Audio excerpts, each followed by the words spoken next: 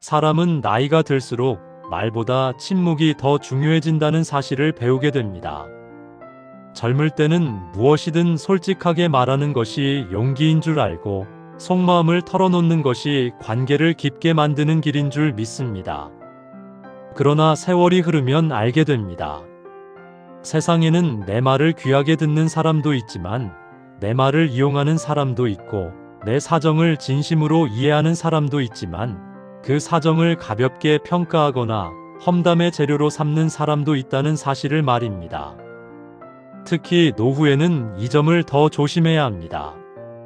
왜냐하면 나이가 들수록 사람은 마음이 여려지고 한 번 건넨 말은 다시 주워 담을 수 없으며 누군가에게 쉽게 내어준 정보 하나가 내 평안 전체를 흔들 수도 있기 때문입니다. 그래서 오늘은 정약용의 지혜를 빌려 누구를 만나든 절대 쉽게 대답하지 말아야 할 5가지 질문에 대해 이야기해 보려 합니다. 이 말은 사람을 모두 의심하라는 뜻이 아닙니다.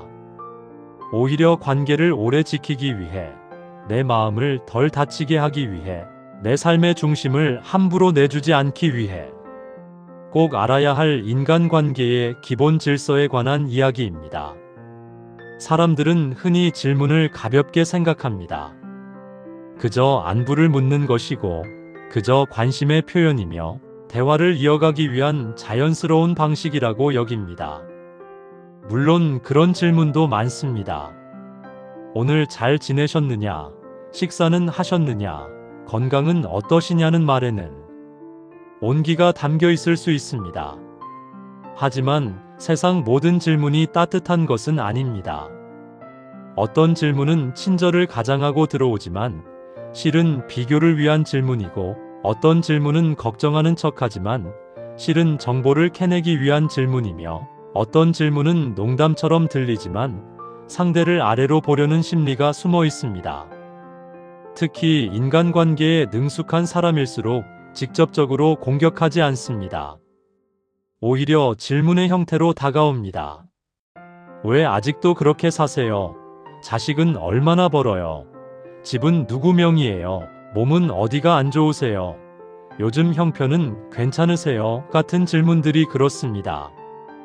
겉으로는 별것 아닌 것처럼 보일 수 있지만 이런 질문에 생각 없이 답하기 시작하면 어느새 내 삶의 안쪽이 낯선 사람의 손에 넘어가게 됩니다. 그래서 사람을 잘 아는 사람일수록 말보다 질문을 경계합니다. 내가 무엇을 말하느냐보다 어떤 질문에 어디까지 답하느냐가 관계의 주도권을 정하기 때문입니다. 첫 번째로 절대 쉽게 대답하지 말아야 할 질문은 돈에 관한 질문입니다. 당신 통장에 얼마 있느냐? 자식이 얼마를 버느냐? 집값은 얼마나 되느냐? 노후 준비를 얼마나 했느냐?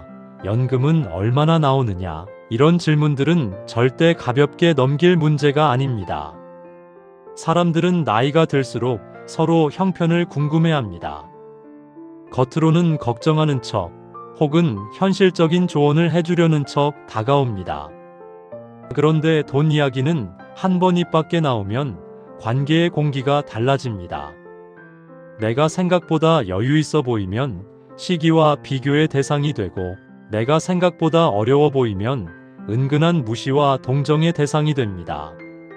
더 위험한 것은 그 정보가 다른 사람의 입을 통해 퍼져나갈 수 있다는 점입니다. 사람들은 생각보다 남의 형편을 오래 기억하고 또 생각보다 쉽게 옮깁니다. 그래서 지혜로운 사람은 돈 이야기를 자세히 하지 않습니다. 형편이 좋아도 다 말하지 않고 형편이 어렵더라도 다 드러내지 않습니다. 그럭저럭 지냅니다. 먹고 사는데 큰 문제는 없습니다. 다들 비슷하지요. 이 정도면 충분합니다. 돈은 가까운 가족끼리도 조심해야 할 이야기인데 하물며 가볍게 만나는 사람들에게 내놓을 이유가 없습니다. 노후의 평안을 지키고 싶다면 돈 문제는 늘 흐리게 말하는 것이 좋습니다. 정확함은 회개에 필요하지 인간관계에는 늘 도움이 되는 것이 아닙니다. 두 번째는 자식에 관한 질문입니다. 자식이 어디 다니느냐, 얼마 버느냐, 결혼은 했느냐, 왜 아직 혼자냐, 아이는 왜 안 낳느냐, 자식이 자주 찾아오느냐, 용돈은 얼마나 주느냐, 이런 질문들은 세상에서 가장 흔하지만 동시에 가장 날카로운 질문들입니다. 자식 이야기는 부모의 자존심과 외로움이 가장 예민하게 얽혀 있는 영역입니다. 누군가는 자식 자랑으로 관계를 세우고 누군가는 자식 이야기를 통해 은근히 남을 평가합니다. 그런데 이 질문들에 진심을 다해 대답하면 마음이 쉽게 상처받습니다. 자식이 잘 되었으면 괜히 시기와 비교의 대상이 되고 자식 사정이 복잡하면 설명하는 동안 내 마음만 초라해집니다. 더구나 자식의 삶은 부모의 체면을 위해 존재하는 것이 아닙니다. 그런데도 세상은 자꾸 부모에게 자식의 결과를 증명하라고 요구합니다. 그래서 지혜로운 부모는 자식 이야기를 길게 하지 않습니다. 그 아이도 자기 삶 잘 살고 있습니다. 다 각자 바쁘지요. 건강하게 지내면 그걸로 됐습니다. 이렇게 짧게 답하고 넘깁니다. 자식 문제는 설명할수록 더 많은 질문이 붙고 질문이 붙을수록 관계는 피곤해집니다. 부모의 사랑이 깊을수록 자식 이야기는 더 조심해야 합니다. 자식은 내 자랑거리도 아니고 남이 재단할 대상도 아닙니다. 노후의 품격은 자식 이야기를 과시도 하소연도 아닌 절제된 언어로 다루는 데서 드러납니다. 세 번째는 건강에 관한 질문입니다. 겉으로 보면 건강을 묻는 일은 당연히 다정한 관심처럼 보입니다. 어디 아프신 데 없으세요? 수술은 잘 되셨어요? 약은 얼마나 드세요? 병원은 자주 가세요? 큰 병 있으신 건 아니죠? 이런 말들은 흔한 안부처럼 들립니다. 하지만 건강 이야기는 잘못 꺼내면 노년의 불안을 깊게 흔듭니다. 사람은 나이가 들수록 몸에 대해 더 민감해집니다. 작은 증상 하나에도 마음이 흔들릴 수 있고 한 번 아팠던 기억은 쉽게 지워지지 않습니다. 그런데 누군가가 캐묻듯 건강 이야기를 이어가면 내 몸에 대한 두려움이 더 커지기도 하고 그 정보가 어디론가 퍼져나가며 이상한 소문이 되기도 합니다. 특히 세상에는 남의 건강 문제를 진심으로 걱정하는 사람도 있지만 그것을 은근한 화제로 소비하는 사람도 있습니다. 그래서 건강 이야기는 꼭 필요한 사람에게만 해야 합니다. 병원, 가족, 정말 믿을 수 있는 가까운 사람 외에는 굳이 자세히 털어놓을 필요가 없습니다. 이제 나이 있으니 여기저기 챙기며 삽니다. 큰일은 없고 관리 중입니다. 덕분에 잘 버티고 있습니다. 이 정도면 충분합니다. 건강 문제는 과장해서도 안 되지만 필요 이상으로 공개해서도 안 됩니다. 몸이 약해졌다는 사실은 때로는 누군가에게 무시의 근거가 되기도 하고 누군가에게는 쉽게 휘두를 수 있는 사람이라는 인상을 줄 수도 있기 때문입니다. 네 번째는 사적인 외로움과 가정사에 관한 질문입니다. 요즘 혼자서 많이 외롭지 않으세요? 왜 그렇게 자식들이 자주 안 와요? 부부 사이는 괜찮으세요? 형제들과는 연락하세요? 혼자 계시면 쓸쓸하지 않으세요? 이런 질문들은 특히 노후에 자주 듣게 됩니다. 얼핏 보면 정이 있어 보입니다. 그러나 이런 질문에 솔직하게 마음을 쏟아내는 순간 내 외로움은 상대의 위로를 받기보다 화제거리가 될 위험이 커집니다. 외로움은 참 묘해서 말할수록 더 가벼워지는 경우도 있지만 잘못된 사람 앞에서는 오히려 더 초라해질 때가 많습니다. 누군가는 내 쓸쓸함을 진심으로 안타까워하겠지만 또 누군가는 그 이야기를 듣고 나를 연약한 사람, 기대는 사람, 정서적으로 무너진 사람처럼 볼 수도 있습니다. 특히 가족 문제는 더욱 그렇습니다. 가족은 원래 가까운 만큼 복잡하고 말로 다 설명할 수 없는 사정이 많습니다. 그 이야기를 누군가에게 꺼내면 일시적으로 속은 후련할 수 있지만 시간이 지나면 대개 후회가 남습니다.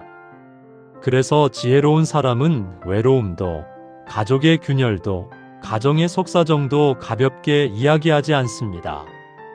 다들 자기 자리에서 살아가는 거지요. 인생이 다 완벽할 수는 없지요. 그럭저럭 지내고 있습니다. 이 정도가 좋습니다.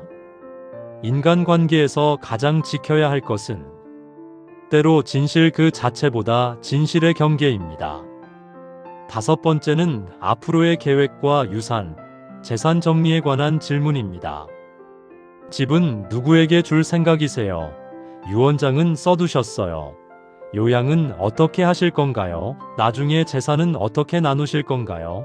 혹시 자식 중 누구랑 같이 사실 생각이세요? 이런 질문들은 특히 나이가 들수록 더 노골적으로 들어옵니다. 겉으로는 현실적인 걱정이고 미리 준비해야 한다는 조언처럼 보일 수 있습니다. 하지만 이런 질문에는 대개 남의 삶의 마지막 장면까지 미리 엿보고 싶어하는 호기심이나 계산이 숨어 있을 때가 많습니다. 유산과 정리의 문제는 매우 사적이며 매우 민감한 영역입니다. 이것을 함부로 말하면 관계에 금이 가기 쉽습니다. 누군가는 기대를 품고, 누군가는 실망을 쌓고, 누군가는 내 판단을 평가하기 시작합니다. 더구나 계획은 언제든 바뀔 수 있는데 너무 일찍 말해버리면 그 말이 족쇄가 되기도 합니다. 그래서 이런 질문에는 단정한 거리감이 필요합니다. 그건 때가 되면 정리할 생각입니다. 아직은 굳이 말할 일이 아닙니다. 그 문제는 가족끼리 조용히 상의할 겁니다. 이 정도면 충분합니다. 노후의 지혜는 미리 다 보여주는 데 있는 것이 아니라 때가 오기 전에는 지켜야 할 것을 조용히 지키는 데 있습니다. 자, 이렇게 보면 누구를 만나든 쉽게 대답하지 말아야 할 5가지 질문은 결국 돈, 자식, 건강, 외로움과 가정사, 그리고 앞으로의 재산 계획입니다. 이 5가지는 모두 내 삶의 중심에 가까운 것들입니다. 이런 질문에 자세히 대답할수록 관계는 깊어지는 것이 아니라 오히려 내 경계가 무너집니다. 사람들은 흔히 솔직한 사람이 좋은 사람이라 말하지만 그것은 절반만 맞는 말입니다. 진짜 지혜로운 사람은 솔직하되 누구에게 어디까지 솔직할지 아는 사람입니다. 다 말하는 것이 진실함이 아니라 지켜야 할 것은 지킬 줄 아는 것이 성숙함입니다. 노후의 인간관계는 넓히는 것보다 지키는 것이 중요합니다. 젊을 때는 사람을 많이 만나고 기회를 넓히고 인연을 만들며 사는 것이 큰 힘이 됩니다. 그러나 나이가 들수록 사람의 수는 큰 의미가 없어집니다. 오히려 내 마음을 편안하게 해주는 사람 몇 명이면 충분합니다. 그리고 그런 관계를 지키기 위해서는 말의 양보다 말의 경계가 필요합니다. 내가 무엇을 말하지 않을지 아는 사람은 쉽게 휘둘리지 않습니다. 반대로 질문에 끌려다니며 이것저것 설명하기 시작하는 사람은 스스로 자기 삶의 문을 열어주게 됩니다. 누군가는 관심이라는 이름으로 그 문에 들어오고, 누군가는 걱정이라는 이름으로 그 안을 둘러보고, 누군가는 조언이라는 이름으로 내 삶을 평가하기 시작합니다. 그러니 늦게라도 배워야 합니다. 모든 질문에 성실히 답하는 것이 좋은 인간관계가 아니라는 사실을 말입니다. 특히 나이가 들수록 사람은 고독을 피하고 싶어집니다. 누군가가 내 이야기를 묻고 관심을 보이고 자꾸 말을 걸어주면 반갑고 고맙게 느껴집니다. 그래서 평소라면 하지 않았을 이야기까지 털어놓게 됩니다. 하지만 바로 이때가 가장 조심해야 할 순간입니다. 외로울수록 사람은 경계를 쉽게 내어줍니다. 정이 고플수록 질문을 호의로 오해하기 쉽습니다. 그러나 진짜 좋은 사람은 나를 캐묻지 않습니다. 내 경계를 존중하고 내가 먼저 꺼내지 않는 이야기를 억지로 열려 하지 않습니다. 반대로 위험한 사람은 질문을 잘합니다. 자연스럽게, 다정하게, 아주 관심 많은 척하면서도 점점 더 깊이 들어옵니다. 그래서 지혜로운 사람은 누군가 질문을 많이 한다고 해서 그 사람을 다정한 사람으로 단정하지 않습니다. 오히려 묻는 태도보다 멈출 줄 아는지를 봅니다. 내가 흐리게 답했을 때 거기서 멈추는지 아니면 더 깊이 파고드는지를 보면 그 사람의 결이 보입니다. 정약용의 지혜는 늘 인간관계에서의 절제와 자기 보존을 말합니다. 사람을 미워하지 말되 사람에게 모든 것을 내어주지도 말라는 것. 온정을 잃지 말되 경계를 허물지는 말라는 것. 특히 노후의 삶에서는 이 원칙이 더 중요합니다. 나이가 들수록 마음은 약해지기 쉽고 사소한 말 한마디가 오래 남으며 관계의 흔들림이 삶 전체를 어지럽힐 수 있기 때문입니다. 그래서 품위 있는 노년은 잘 말하는 데서 오는 것이 아니라 함부로 말하지 않는 데서 완성되기도 합니다. 다정하지만 흐리지 않고 부드럽지만 무너지지 않는 태도. 이것이 바로 인간관계를 오래 지키는 사람의 힘입니다. 부디 이제부터는 누구를 만나든 모든 질문에 성실하게 답해야 한다는 생각을 내려놓으십시오. 당신의 삶은 누군가의 호기심을 채우기 위한 자료가 아닙니다. 당신의 형편은 설명의 대상이 아니고 당신의 외로움은 아무데나 내놓을 이야기가 아니며 당신의 가족사는 누구나 의견을 보탤 수 있는 공개된 문제가 아닙니다. 때로는 웃으면서 흐리게 답하고 때로는 그건 그냥 그렇습니다 하고 넘기고 때로는 아직은 말할 일이 아닙니다라고 말할 줄도 알아야 합니다. 그 말은 무례가 아니라 자기 보호입니다. 관계를 거부하는 것이 아니라 관계에 필요한 거리를 세우는 일입니다. 결국 행복한 노후는 누구와도 다 잘 지내는 데 있지 않습니다. 내 삶의 중심을 지키면서도 따뜻함을 잃지 않는 데 있습니다. 누군가를 미워하지 않으면서도 나를 지킬 줄 아는 것, 모든 것을 털어놓지 않으면서도 외롭지 않게 사는 것, 아무 질문에나 끌려가지 않으면서도 사람과의 온기를 잃지 않는 것. 그것이 진짜 노후의 지혜입니다. 그리고 그 지혜는 거창한 데서 오지 않습니다. 누군가가 무심코 던진 질문 앞에서 내가 어디까지 답할지를 스스로 정하는 작은 힘에서 시작됩니다. 그 힘이 쌓이면 관계는 훨씬 가벼워지고 삶은 훨씬 조용해지며 마음은 훨씬 덜 다치게 됩니다. 그것이 바로 나이 들수록 잘 살아가는 사람들의 공통점입니다.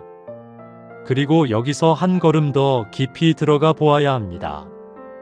왜 어떤 사람은 질문 하나에 쉽게 마음을 내주고 왜 어떤 사람은 끝까지 자기 삶의 경계를 지켜내는가 하는 문제입니다.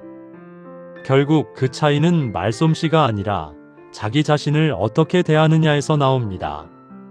자기 삶을 소중히 여기는 사람은 아무에게나 속사정을 내주지 않습니다. 내가 힘들다고 해서 아무 사람에게나 그 아픔을 맡기지 않고 외롭다고 해서 아무 질문에나 마음을 열어젖히지 않습니다. 왜냐하면 그는 이미 알고 있기 때문입니다. 내 이야기를 다 들어준다고 해서 다 내 사람이 아니라는 것, 내 사정을 궁금해한다고 해서 다 내 편은 아니라는 것을 알기 때문입니다. 반대로 마음이 지쳐있는 사람은 작은 관심에도 쉽게 흔들립니다. 누군가 다정하게 묻기만 해도 이 사람이 나를 알아주는구나 하고 느끼고 내 형편을 궁금해하는 것만으로도 위로받는 것처럼 느끼게 됩니다. 바로 그 순간 경계가 무너집니다. 그래서 노후의 지혜는 단지 질문을 피하는 기술이 아니라 외로움 때문에 아무에게나 마음을 내주지 않는 힘이기도 합니다. 특히 나이가 들수록 사람은 확인받고 싶어집니다. 내가 아직 괜찮은 사람인지, 내 삶이 너무 초라한 것은 아닌지, 내가 살아온 세월이 헛된 것은 아니었는지 누군가에게 인정받고 싶은 마음이 생깁니다. 그래서 질문을 받으면 자꾸 설명하게 됩니다. 사실은 내가 이만큼 버텨왔고, 이만큼 준비했고, 이런 사정이 있었고, 그래서 이렇게 살게 되었다고 말하고 싶어집니다. 하지만 그 설명이 길어질수록 이상하게도 마음은 더 가벼워지지 않습니다. 오히려 내가 나를 변호하고 있다는 기분만 강해집니다. 정말 단단한 사람은 자기를 증명하려 들지 않습니다. 누군가가 묻는다고 해서 내 삶 전체를 해명하지 않습니다. 왜냐하면 그는 이미 스스로 알고 있기 때문입니다. 내가 어떻게 살아왔는지, 무엇을 견뎌왔는지, 어디까지 말해야 하고 어디부터는 침묵해야 하는지를 알기 때문입니다. 이 침묵은 비겁함이 아닙니다. 오히려 자기 삶을 가볍게 다루지 않는 품격입니다. 그래서 어떤 질문 앞에서는 짧게 말하고 멈출 줄도 알아야 합니다. 그냥 그렇게 지내고 있습니다. 그건 아직 말할 때가 아닙니다. 이 정도만 말해두겠습니다. 이런 말은 차갑게 들릴까봐 많은 사람들이 두려워합니다. 하지만 아닙니다. 이것은 관계를 끊기 위한 말이 아니라 관계를 무너지지 않게 지키기 위한 말입니다. 모든 것을 다 꺼내놓아야만 가까운 것이 아닙니다. 오히려 적당한 여백이 있을 때 사람은 더 오래 존중하게 됩니다. 생각해 보십시오. 정말 편안한 사람은 내가 다 말하지 않아도 불편해하지 않습니다. 적당히 웃고 적당히 넘어가고 말하지 않는 부분이 있어도 그것을 무례로 받아들이지 않습니다. 그러나 위험한 사람은 내가 조금만 흐리게 답해도 이상하게 집요해집니다. 왜요? 말 못할 이유라도 있어요? 그 정도는 말할 수 있잖아요. 나를 못 믿어서 그러세요? 이런 반응이 나온다면 그 사람은 내 경계를 존중할 줄 모르는 사람일 가능성이 큽니다. 그때는 더더욱 멈추어야 합니다. 설명으로 풀려고 하지 말고 그 사람과의 거리를 다시 생각해 보아야 합니다. 노후의 인간관계에서 정말 중요한 것은 말 잘하는 법보다 말하지 않아도 되는 용기입니다. 이 용기가 있어야 타인의 호기심에 끌려다니지 않고 타인의 평가에 쉽게 흔들리지 않으며 타인의 기준으로 내 삶을 다시 재단하지 않게 됩니다. 질문 하나에도 마음이 출렁이는 사람은 결국 관계 속에서 늘 피곤해집니다. 반대로 질문 앞에서도 자기 호흡을 지킬 줄 아는 사람은 남은 삶이 훨씬 조용하고 단단해집니다. 또 하나 잊지 말아야 할 것은 질문에 답하지 않는 것이 무례가 아니라는 사실입니다. 우리는 너무 오래 묻는 사람은 자유롭고 답을 아끼는 사람은 답답한 사람처럼 배워왔습니다. 하지만 인생은 그리 단순하지 않습니다. 남의 사정을 묻는 데에는 예의가 필요하고 내 사정을 지키는 데에는 용기가 필요합니다. 그러니 이제는 답을 줄 때도 선택해야 합니다. 이 사람에게는 어디까지 말할 것인지, 어떤 질문은 웃으며 넘길 것인지, 어떤 질문에는 분명히 멈출 것인지를 정해야 합니다. 그 기준이 생기기 시작하면 놀랍게도 인간관계는 훨씬 편안해집니다. 쓸데없는 비교가 줄어들고 괜한 오해가 줄어들며 내가 스스로를 설명하느라 지치는 일도 적어집니다. 무엇보다 내 삶을 내가 붙들고 있다는 안정감이 생깁니다.